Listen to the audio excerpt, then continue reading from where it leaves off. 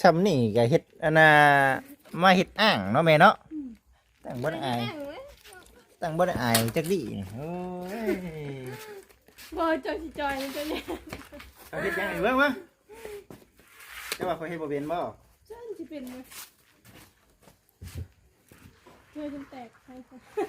แก้วมันสิลุกเนี่ย โอ้โห เป็นดี เฮ้ยนี่แม่ แมวเป็นอะไร เดี๋ยวจะลงมาเฮ็ดเบิ่งดูแม่เอวข่อยสิไปบ่ได้นี่เฮ้ยนี่มันคือเป็นอันนี้นี่เนาะ งานแล้วบ่ มาไป สิเป็นเขา ต้องอยู่เทิงพี่เนาะ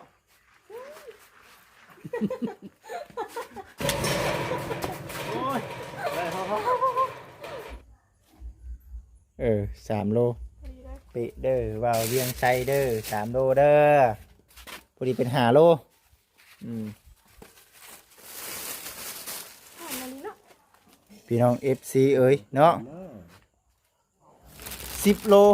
กับ1 ขีดเนาะ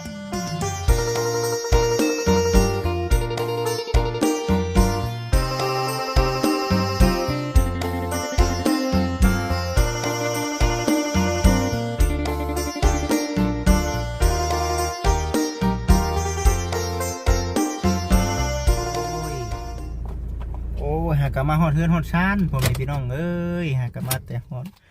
เฮือนฮอดชานเด้อมื้อนี้เด้อมาแต่เวียกมาแต่งานค่ำนี่พ่อแม่พี่น้อง FC เอ้ยถือว่ามาแต่เวียกแล้วก็เล่นไปเอาสิ้นหมูเนาะกับปลาทูนะพี่น้องเอ้ย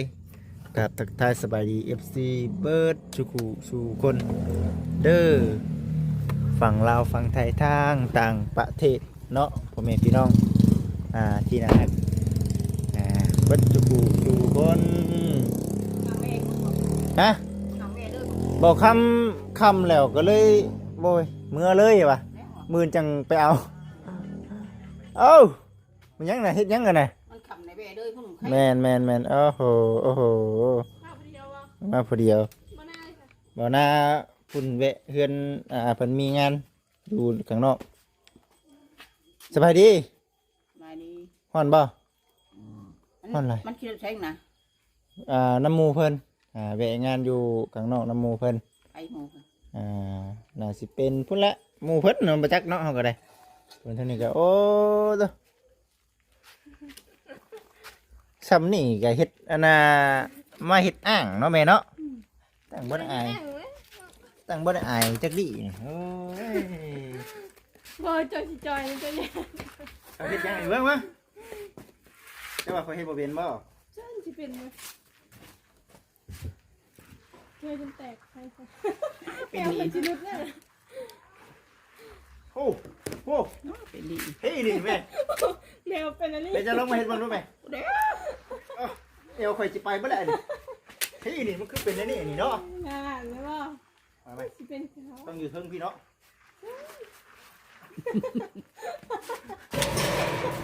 โอ้ยได้พอ มาเมื่อยเห็ดด้วยลูกเอ้ย เว้ยชื่อเนาะแม่เนาะมีคนมาถามชื่อว่าเติมเงินบ่มื้อนี้ มีอยู่เมื่อกี้เลย นี่เด้ซื้อมาให้ใหม่เลยเด้ซื้อมาใหม่แล้วไปสบายดีก่อนจะไม่นะเนาะสบายดีขายดีอยู่บ่ปลาทูมัน โอปันได้ ว่า หากได้ขาย3,000 เอาฟังไปฉันเนาะตามสภาพการพี่น้องเอ้ยอันนั้นดิน้ำปั่นเฮาดิ ขายช่องทางจบ ปันใด อย่ามันมีในห้างโอเคละคือเตะเฮ้ย เอาอาบน้ำลงเมื่อกี้นี่เลย อาบน้ำมาในประเทศ แม่น คือเตะอาบน้ำไม่แล้วเนาะ แอบมาอยู่ฮอด ว่ามาแต่เอาของเนาะมาแต่เอาของมาขาย เฮ็ดเมื่อไหร่มาเจ็บอันนี้เนาะ เขาบ่เคยเฮ็ดแต่ แม่มาแต่ อย่างนี้บ่ บ่มี เอาถุงไหมเห็นไหมผู้หากมาแต่งานพี่น้องเอ้ย เอามาบ่สิโมน เอามาแต่ว่าบ่ได้เอาลงเด้อ มาพี่เอง ไก่พูดว่าจำได้ มีไก่พวก บอกเขาเด้อ แม่น เบิ่งคือ แล้วมาปกติคือว่ากายนี่โอ้ยหอนอันนี้ผมเป็นพี่น้องเลยบนเดือนดาว แหวนลูกกระโดดเลยบอก ฮะ แหวนลูกนี่ เองก็ กินหมูเนื้อเลยแหวนลูก เอาลงอยู แหวนบอกลูกเป็นหลักนะ ไปอีกไปอีกพ่อพอดีจูกับ เสาเลยหอนอันนี้เนาะหอนบ่แม่จะอาบน้ำเลย เอามาป้าไว้นี่ก่อนพี่น้องเอฟซีเอ้ยเนาะก็จะเอาผ่ายางเนาะมาปุกเนาะ จะชิปะไว้ใช้ เดี๋ยวมีเงินก่อนพี่น้องเอฟซีเนาะมื้อนี้มาแต่เอาของเอาปลาทูสิ้นหมูลงตลาดแต่หมูน่ะบ่ฮอดตลาดมีคนสั่ง ใครสั่ง บ่าวเวียง อะไร บ้านน้องจ้อย อะไร 10 โล ขึ้นบ้านบ่ แม่น อ๋อ อันนั้นจังว่าเอ้า มือได้น่ะ เกียมมือนี่เกียมมือน่ะเกียมมือเดียวกันกับทั้งสาวดำเพิ่นนั่นแหละมือบ่เป็นคืนนะ มือเฮ้อเพิ่นเนาะ มือเกียม เด้อจังได๋เนาะ ถามว่าอะไร ยังบ่เอ้า จ่ายเราขึ้นนี่ ผู้ใหญ่มาคืนนี่บ่ ผู้จ่ายขอบใจเพ่ขอบใจ ทอนบ่ บ่ทอนปิดไปเลยว่านี่ข่อยบอกเด้อขอบใจเด้อเพื่อนขอบใจโอเคหมู่คู่เนาะเพื่อน ไปไห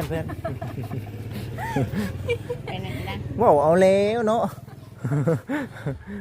ว้าวเนี่ยดึงลูกค้าเนาะ เพื่อนเนี่ยเพื่อนถามติดหน้าหรือเปล่า ไผ เพื่อน เพื่อนบ่ เป็นเด็กปืนใช่ไหมคะ เนาะเอาสันมีแต่เดียว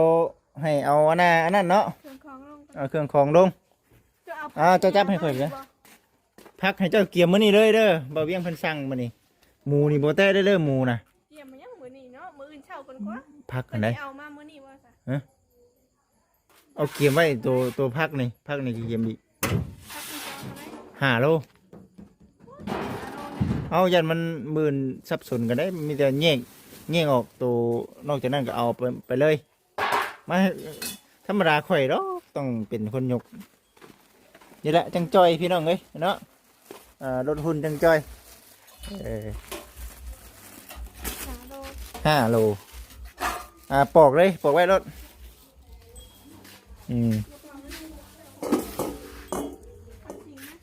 เตรียมไว้เด้เตรียมไว้5 โลขึ้นบ้านเด้ขึ้นบ้านใหม่ มื้อเพิ่นแล้วเด้ บื้นกับคนเครื่องคนของซอยบะเวียงคือกันเนาะออกในได้ล่ะออกในจังไหนเป็นสิว่าโอ้ยจะพอจังนี้ดอกบ่นะ เพื่อมื้ออื่นก็แกะออกกินได้หมดบ่สิได้นี่น่ะ เห็นว่าเนาะ ไทยตลาดตลาดชิโน่เลยก็ให้ขายเชื่อไอ้ก็เฮาแล้ว ตัวนี้เอา5 โลละ ของร้านลายมึงเพลงมาเพลง ตัวมันง่ายตัวมัน ตัว15ขายตัวนี้พี่น้องเอ้ยเพิ่น5 โลก็70,000บ่ฮอดแสนครับเนาะบะเวียงเอ้ย ฮอตแซนเอ้าเขาก็ติดให้ฮอตแซนเน่ บ่ได้เราบ่ให้เอา5 โลเนาะ 5 โลก็ว่าเพิ่ม บ่ได้ เท้าให้ ตามได้เนาะตามเพิ่นบอกได้บ่เนาะ เลยไปได้ดิ ตามเพิ่นบอกแล้วกินกับลาบนะ 2 โลเอาลงมึงไหม นี่เป๊ะเด้อบะเวียงใส่2 โลคอยลงกันนะที่เอาอะไร สิเอา2 โลตัวนี้ อีก3 โล อีก2 โลหาหัวติ เอาเกียมก่อนเนาะมาแล้วก็เกียมไว้รถพี่น้องเนาะเพราะว่ามื้ออื่นนี่สิได้เอาเตะปลาทูแล้วจ้ะมื้ออื่นเนาะมื้อได้เตะปลาทูอีก ได้เตะปลาทูอีกมื้ออื่นนี่มื้อวันนั่นบ่จิตไปเอาลงไปขายเตะปลาทูคือกันมื้อน่ะสิหลายได้แม่ว่ะ ต้มมันบ่แซ่บ กิน สิแซ่บเนี่ยต้มผัก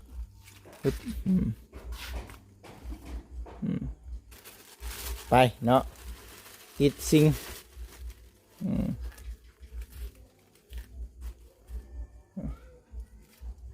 ฮึบ อันนั้นบ่ได้มีอยู่ ข้าว ผักกะนาสลัดบ่มี เป็นผักสลัด ปี เอากระหลำปีเนาะกระหลำปีบ่มีวึบได้ป่ะ เฮ้ยคงผมไม่จัก โอ้ มันเบาได้ผักอันนี้มันกระแพงอยู่ ได้ไปหมด3 โลนู่นขึ้นผู้ไม่ใช่ถุงเอาเถอะสามีนะเนาะนี่ใส่ถุงใหญ่ด้วยเนาะเพราะว่าเอามาสั่งนะเพราะว่าทั้งบัจิตว่าบ่ได้เอามาหลายนะครับสั่งเขาเจ้า10 โลสั่ง10 โลเพิ่นก็เอา10 โลเลยไปตัว พอดีได้ 3 โล พอดีได้ ปิเด้อว่าวเวียงไซเด้อ3 โลเด้อพอดีเป็น5 โลหอมมะลิเนาะ ผักกระดำปี5 โล 75,000 อันนี้เป็นแฟนปลายผมจะ แสนปลายพุ่นแหล้ว อันนี้ผักอันนี้ แพง อาขายบ่ฮอดเพลงหั่น โอ้ปลากระไรเห็นบ่ฮอดแพง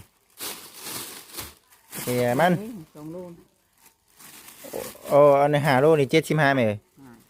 75,000ได้แล้วขายไป กินกำไร กินว่าน้ำปั่นเอาเด้อ อยากไม่ยากหรอกค่อยนะเดี๋ยวให้ได้ของก่อนให้พอได้ไหม ถังมาดำมดคำยังมาพอก รุกกระเดียดิ พอดีรอเลย ก็บ่ให้เรา โอ้โหก็อยู่คนเดียวนะ เอากระหลำปี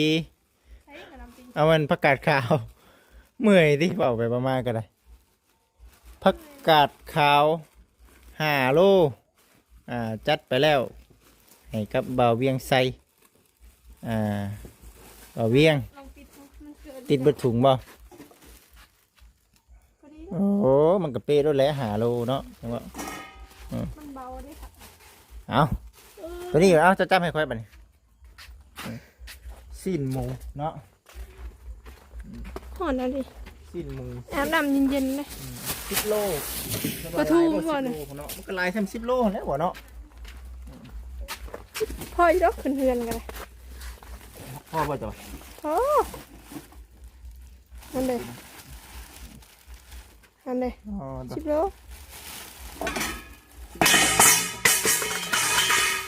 หายเคยบ่ 10 โลนี่ได้มั้ย10 โล 10 โลแบบนี้ FC ทุกการถือว่าหมู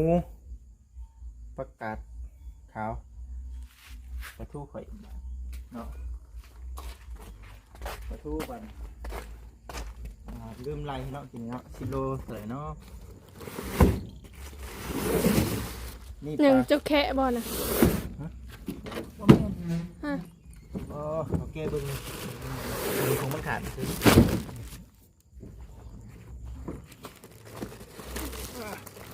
เดี๋ยวเป็นปลาทูเนาะจะได้เตรียมขายมื้ออื่น เอียงนี่นะ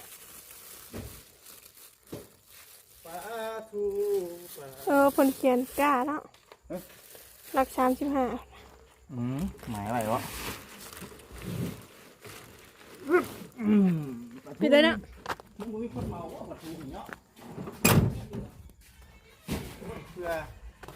อันนั้นเนาะแต่ไม่ได้ แม่น เพื่อฮอดมือวันนั่นอีกดิมือเป็นมือวันพฤหัสเด้ มันบ่ค่อยขายดีเลยพี่น้องเอ้ย เป็นไงเป็นไง แล้วได้ห่อนนี่ก็เห็ดชมพัก เก็บใบเห็ดชมพัก ก็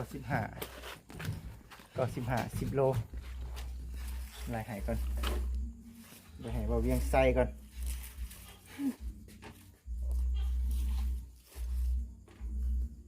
เป็นตะกี้ต้มนะเป็นตะกี้ต้มผัก มันแก่สิ 95คูณ10 950,000บวก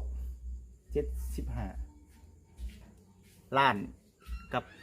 25,000เด้อว่าเวียงเด้อเนาะถือว่ากำไรทั้งทุนนั่นแหละใช่ไหม ทั้งกำไรทั้งทุน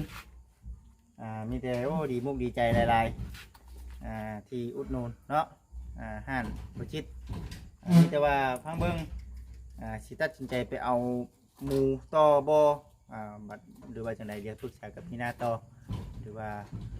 ขายปลาทูให้มันเบิดก่อน ค่อยลืมต้มน้ำอ่ะ ฮะ ต้มน้ำมันกัน ตัวน้ำพี่ช้าง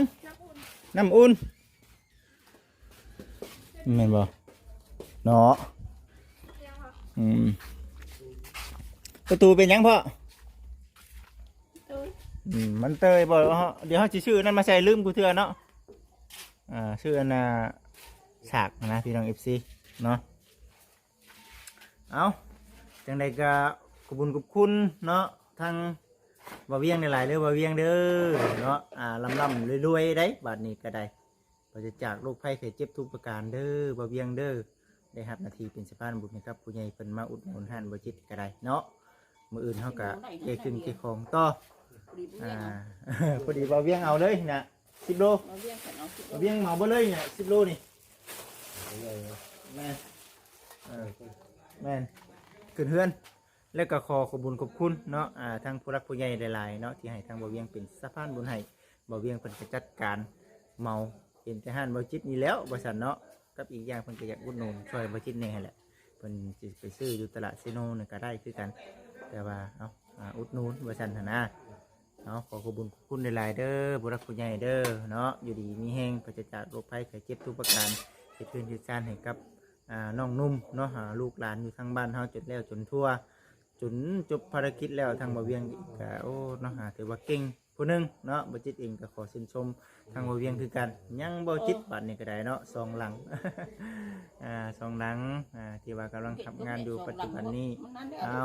มีแต่ว่าเบิ่งไปเนาะนํกันนี่แหละ มุ้งมิ้งเมื่อได้บอกสองหลัง แม่นมุงมาแล้วเอากับผู้ใหญ่เพิ่นเฮ็ดให้เด้แม่ ได้ได้จังหวะมุ้งมิ้งเมื่อได้บอก แม่นมุงมาแล้วถือว่าดีใจน้ำน้องเพิ่นเนาะ2 หลังที่ว่าทางผู้รักผู้ใหญ่เพิ่นเฮ็ดให้ก็ได้เนาะมีแต่ว่าสิประมาณนี้แหละพี่น้อง FC เอ้ยเนาะ มุ้งนี่เฮ้บ่เลย โอ้ยก็แล้วใกล้แล้วใกล้สิได้ใกล้สิมีเบิดแล้วใกล้สิได้ใกล้สิทั่วแล้วน้ำปั่นเป็นจังไดเด้น้ำปั่นนี่เนาะ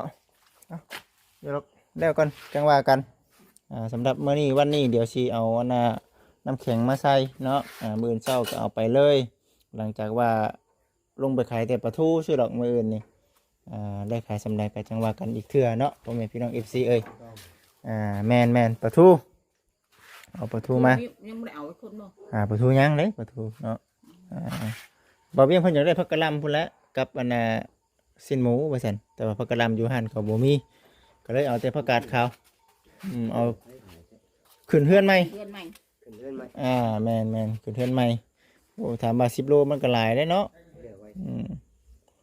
เอา FC เอ้ยขอบคุณหลายๆเด้อเนาะเอาสำหรับคลิปนี้ทางบ่จิตเองก็สิได้จบคลิปก่อน